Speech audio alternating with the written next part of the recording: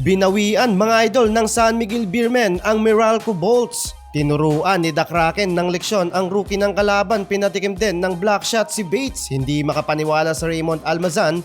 Gulat na gulat mga idol, may pangusong-uso pa si Cliff Hodge sa game. Bully mga idol, ayaw patalo ng Bolts sa finals. Game 2 tayo mga idol dito sa finals ng PBA. Bolts to put the first basket sa game with a bank shot ni Chris Banquero. Isolation play naman ang sagot ni CJ Perez. Yun nga lang, momentum mga idol ay pumapanig sa Meralco Bolts with up by 3 points sa game, pero dahil sa agresibong play ni CJ Perez at ni Fajardo, naitabla nila sa 6 points ang talaan sa scoring. Samantalang nagulat si Raymond Almazan sa tawag ng referee, kinaldag ni Fajardo sa low post at nakasabit ng foul mga idol. 5 straight points ang SMB to take the lead sa game, 6-13. CJ Perez is on fire mga idol, 8 points na sa game.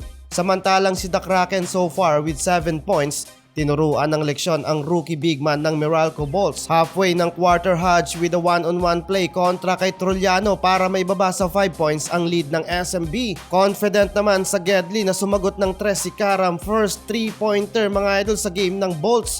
Huling segundo ng first quarter nakapag-run pa ang Meralco Bolts at naipasok pa ni Johnson Rios ang buzzer beater 3-pointer to take the first quarter 21-22. Second quarter, maagang tres naman mga idol ang pinukol ni Maliksi para may taas sa 4 points ang lead ng Bolts sa game.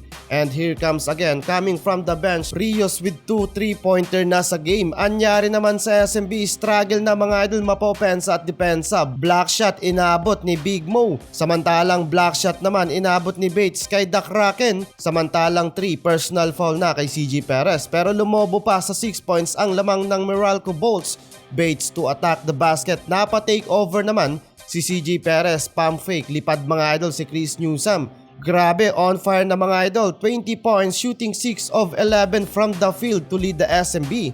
Kaya balik na naman sa San Miguel Beermen ng kalamangan, 39-43. Last 2 minutes ng quarter, naitabla ng Bolts ang talaan sa scoreboard pero down by 1 point lang ang lamang ng SMB, 48-49. And first half. Second half, tablado sa 54 ang talaan sa scoreboard pero biglang nakapag-big run ang SMB. Sumabay pa si Brandon Bates pero hindi umubra sa easy layup ni CJ Perez, pero nakagawa naman agad mga idol ng 4 straight points ang Meralco Bolts para may baba nila sa 3 points ang lead ng SMB mula sa fast-paced attack ni Chris Newsome. Sobrang na-hype ang fans ng Bolts lalo dito sa ginawang 3-pointer ni Newsome. So far mga idol, 12 points na sa game. Halfway ng quarter, anyari sa SMB, inalat mga idol sa basket. Meralco Bolts taking the lead with 65-66 after ng break Maliksi for 3-point at easy layup naman para kay Chris Banquero. Pero natahimik ang crowd sa ginawang dakdak ni Fajardo.